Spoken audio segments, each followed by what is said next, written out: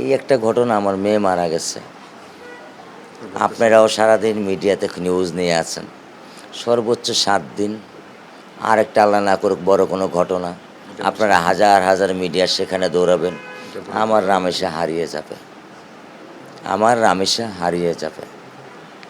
তার 15 দিন পরে বা 1 মাস পরে বা 5 মাস পরে আইনের ফাঁক ফোকর দিয়ে কোনো না কোনোভাবে উনি জামিনে বের হয়ে আসবেন। এইটাই তো আমাদের সমাজের চরিত্র। এইটার পিছনে সমাজের ব্যর্থতা, সামাজিক নৈতিকতার অবক্ষয়।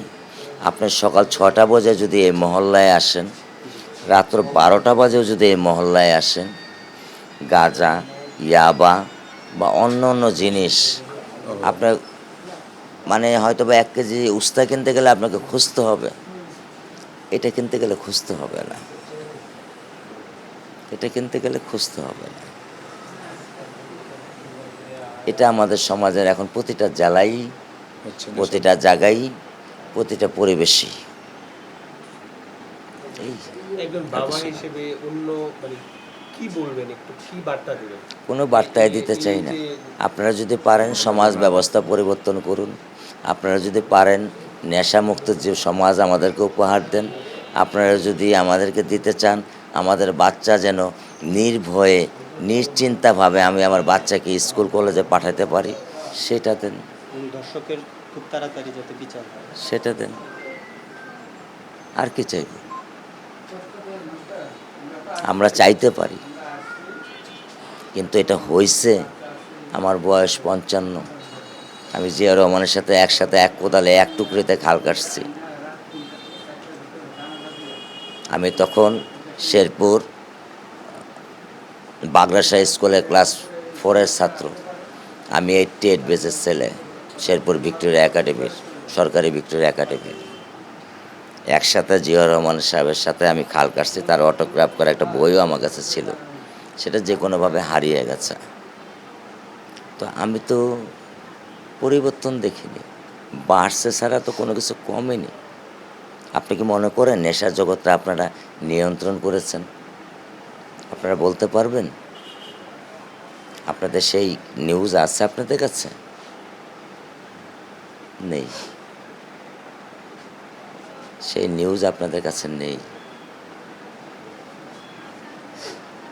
এখন আপনাদের ব্যাপার, সরকারের ব্যাপার। এই একটা ঘটনা, আমার মেয়ে মারা গেছে। আপনারাও সারাদিন মিডিয়াতে নিউজ নিয়ে আছেন।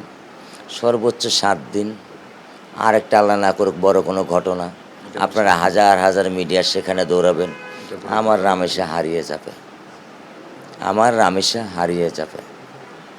তার 15 দিন পরে বা 1 মাস পরে বা 5 মাস পরে আইনের ফাঁক ফোকর দিয়ে কোনো না কোনোভাবে উনি জামিনে বের হয়ে আসবেন।